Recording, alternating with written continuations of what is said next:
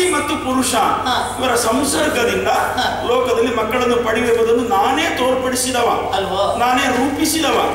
ಇಲ್ಲಿ ನೀನು ನನ್ನನ್ನು ಅಪ್ಪ ಅಂತ ಕರೆದಾಗ ಅಮ್ಮನ ಸ್ಥಾನದಲ್ಲಿ ಬೇರೊಬ್ಬಳು ಹೆಣ್ಣಿದ್ದಾಳ? ಇಲ್ಲ. ಹಾಗಿದ್ರೆ ನಿನ್ನ ಸೃಷ್ಟಿಸಿದವ ನಾನು. ಹೌದು, ಸೃಷ್ಟಿ ಆದ ಹೇಗೆ?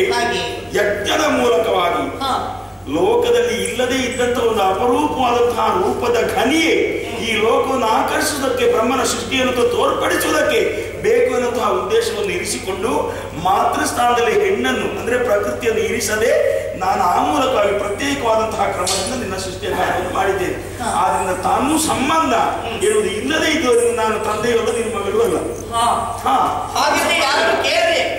ಉತ್ತರ ಇದುವೇ. ಹೌದು, ಉದ್ದೇಶ ಸೃಷ್ಟಿ ಎಂಬುದು ಮಾತ್ರ ಅಷ್ಟೇ. ಸೃಷ್ಟಿಯ ಉದ್ದೇಶವುದು ಉದ್ಯೋಗವುದು ನನ್ನದು. ಆದ್ರೆ ನಿನ್ನ ತಾಯಿಯ ಸ್ಥಾನದಲ್ಲಿ ಇಲ್ಲದಿದ್ದರಿಂದ ತಾನು ಸಂಬಂಧ ಇಲ್ಲ ಎನ್ನುವ ಕಾರಣದಿಂದ ಶ್ರುತಿಯು ನೀನೆನಗಲ್ಲ. ಈ ಕಾರಣದಿಂದ ಲೋಕದವರು ನಾಳೆ ನಮ್ಮನ್ನು ತೆಗಳುವುದಕ್ಕೆ ಕಾರಣ ಕೂಡಿ ಬರುವುದಿಲ್ಲ. ಸಮಾಧಾನ ಮಾಡಿಕೊ. ನನಗೆ ಮತ್ತು ನಿನಗೆ ಇಬ್ಬರಿಗೆ ಸರಿಯಾದಂತಹ ಜೋಡಿ ಇರುವಂತಹ ತೀರ್ಮಾನವನ್ನು ನಾವೇ ಮಾಡಿಕೊಂಡಾಗ ಇನ್ನುಳಿದವರನ್ನು ಕೇಳಲಿಕ್ಕೆ ಉಂಟು. ಯಾರು ಕೇಳಿದ ಉತ್ತರ ಉಂಟಲ್ಲ, ಕೇಳಲಿಕ್ಕೆ ಏನಿಲ್ಲ, ಬಂದ್ರೆ ಉತ್ತರ ಇದೇ ಉಂಟು. ಇಷ್ಟರವರೆಗೆ ಅಪ್ಪ ಮಗಳೆನ್ನುವಂತಹ ಸಂಬಂಧವನ್ನು ಮಾತಿನ ಮೂಲಕ ನಾವು ತೋರಿಸಿಕೊಂಡಿದ್ದೆವು. ಇನ್ನೆಲ್ಲಿಯಾದ್ರೂ ತಪ್ಪಿಯೂ ನೀನು ಅಪ್ಪ ಅಂತ ಮತ್ತೊಮ್ಮೆ ಅಪಶಬ್ದವನ್ನು ಹೇಳಕೂಡದು, ಹೇಳಬಾರದು. ಆಯ್ತಾ?